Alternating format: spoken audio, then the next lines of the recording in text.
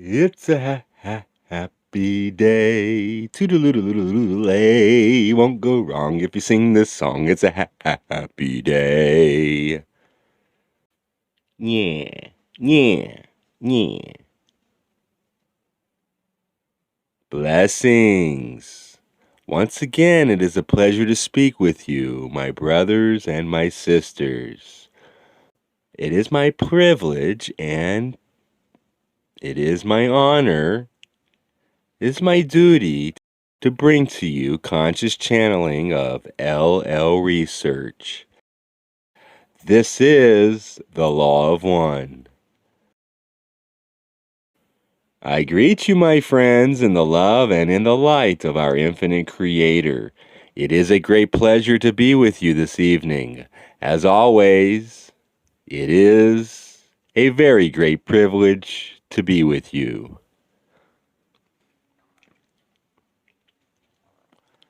I have been listening to your conversation. This instrument is correct in what he says about his reception, about what we give him. He is an advanced instrument. He has been practicing a long time. He is able now to make his mind a blank. He is able now to make his mind a blank tapestry. And this is necessary for ease of transmission. It is only when you clog your mind with your own thoughts that it is very difficult for us to get through to you. This is why we request that you spend time in meditation. This is the only way that you will become practiced enough to transmit our thoughts as easily as this instrument does. He has been practicing now for many years. It was difficult for him at first because the people of your planet are not used to this form of communication and therefore are not aware of the simplicity with which it may be accomplished. It is not at all complex, my friends, and thinking about nothing is not at all complex. Thinking about nothing is not at all complex. It is, as has been stated by this instrument, something like learning to ride a bicycle. Once you learn it, you do not forget it, but you must practice it to maintain a high degree of efficiency. Sometimes this instrument has difficulties, and at those times it is necessary for us to condition him further. This conditioning, my friends, is simply a means of causing the individual to be helped to think of nothing. We hope that each of you here in this room will learn to do the same, because then you will be able to receive and speak our thoughts as readily as this instrument. He sometimes begins to wander in his thoughts as we transmit to him. When he begins to think of something or begins to think of the transmission, rather than simply relaying it to you, it sometimes becomes garbled, shall I say, or somewhat difficult. For this reason, it is necessary at times to stop and condition him once more and then resume the communication. Errors are possible due to this same phenomena, but we correct these if these are out of limits of what we wish to give you. The limits of what we wish to give you are always limited by those receiving. We can only transmit that which is acceptable to those who are receiving it. We cannot, shall I say, go over the heads of the receivers. For this reason, we are hopeful that the grades of people who receive our communication are not too mixed. We would request that groups of relative advancement be made. Putting a new person who is unfamiliar with what we have to give to you with a group that is somewhat advanced in its study of philosophy limits us to a communication that would be acceptable only to a new person. It is therefore requested that you keep this in mind when forming groups of people who listen to our communication. My brother Laetos is in the room with you this evening, and he will condition you as this instrument is speaking. I have concluded this portion of my communication, and I will allow this instrument to rest for a short period, and then I will continue with another communication. I thank you very much for your patience in listening to me, and I hope that what I have given to you will be of service to you in your evolvement as channels. I am Laetos. I greet you, my friends, in the love and in the light of our infinite Creator. I am with you this evening in the room. It is my duty to condition each of the new instruments. You will feel my conditioning. It is only necessary that you think of nothing, and you will be most receptive to my conditioning. Please allow your body to follow any of my suggestions. You will feel the effects of my conditioning. Do not be alarmed, for this is very natural. It has been done for thousands of your people. It is somewhat different from what you normally experience. But we of the Confederation in service of our infinite Creator are very familiar with these types of contacts. They are a way for us to work across a boundary that seems to separate you from us. Actually, there is no separation. It is an illusion, but it is very strong for you at this time.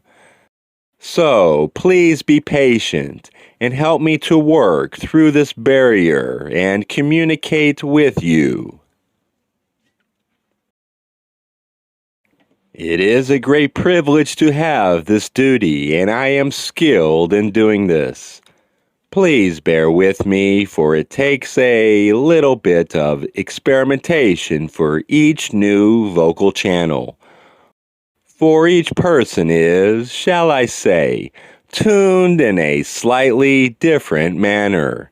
Therefore, try to relax and think of nothing. I will leave this instrument now. I am Laetos. Adone. I am Hatonn. I greet you, my friends, once more in the love and in the light of our infinite Creator.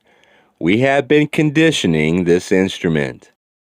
It is helpful, even in the case of an advanced instrument, to condition him or her at times. We will now meditate. Concentrate, my friends, on that which is all. Let your thoughts become one, for all is one. Become aware of the one great all. Become aware that you are one and that one is all. Do not separate yourself from anything. My friends, you are not separate from anything. There is only one thing. That one thing is truth. Truth is. It is all about you. It speaks to you. Listen to it and you will know. Listen to it and you will know it. Truth is in your sky. It is in your trees, in your fields, and in everything that is the Creator's. Do not be concerned with anything but this truth. I am Philip of the Brotherhood of the Seven Rays. Yes, my friends, I am here with you this evening, and I am aware of your seeking. It is very difficult loving in the society that you now enjoy. So spend much time in seeking, for you are constantly confused and drawn into unimportant problems. Your daily lives are beset by many difficulties, and this makes it difficult for you to seek the Creator through meditation.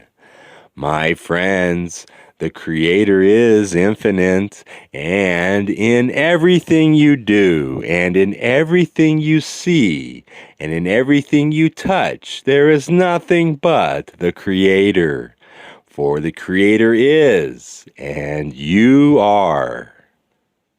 The Creator and you are one, and I and you are one, and we are all one, beloved ones. There is nothing else but the Creator and I. There is nothing but the Creator. When you go through your daily lives, know this truth. There is nothing but the Creator, and demonstrate it in everything that you do, for there is nothing but the Creator. For this, my friends, is that which is truth. This is the truth that you seek. This is the truth that we all seek. For when we know this, my friends, there is nothing else to know. Throughout your planet, my friends, there are many, many people of many, many races, and each of them think many, many things. But you must see them, and you must know them as one. For each of them is a part of the Creator, as a part of you. And all that is necessary for you to realize this is to open your eyes and see. For man on earth has these eyes, but what he sees is, for the most part, something that he designed for himself to see. The Creator, my friends, made the creation. We are the creation. We are the Creator. We are all one. It is impossible to be anything else. No matter where you are, what you think, or what you do, this fact remains, that you and all of your brothers and sisters throughout all of this infinite creation are one single great living being. Not only brothers and sisters, but all of life, and all of the trees and flowers and rocks, and all of the foliage, and all of the plants and animals and stars are part of that one great being. And yet, man on earth attempts to separate and divide and subdivide. And this is not truth, and yet he does not realize, for he is yet in a state of ignorance, brought on by his own misdirected thinking. And yet truth is simplicity itself. And yet he has complicated this truth to such an extent as to kill his fellow creatures in great profusion. And he has generated such hatred for his fellow creatures and his fellow man that in so doing has generated this hatred for himself. For to hate your fellow men, my friends, is to hate yourself. And in doing so, man has brought upon himself terrible, terrible grief. For what could be worse than inflicting pain and destruction upon oneself? And this is what he does. There are millions and millions and millions of planets throughout the creation, and these are inhabited by millions and millions of people like yourself.